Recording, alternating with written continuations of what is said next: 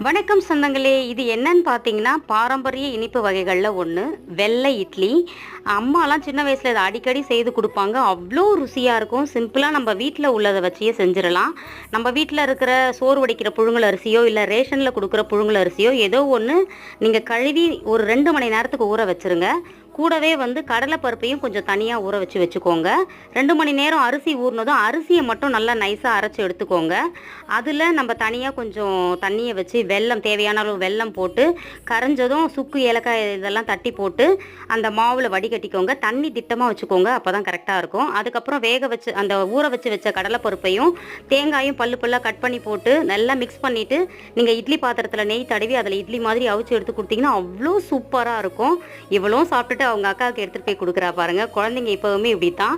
நம்ம ஏதாவது அவங்களுக்கு குடுத்தோம்னா, உடனே கூட பொறந்தவங்களும் குடுக்க நினைப்பாங்க. பார்க்க சந்தோஷமா இருக்குல்ல? வாழ்க வளத்துடன்!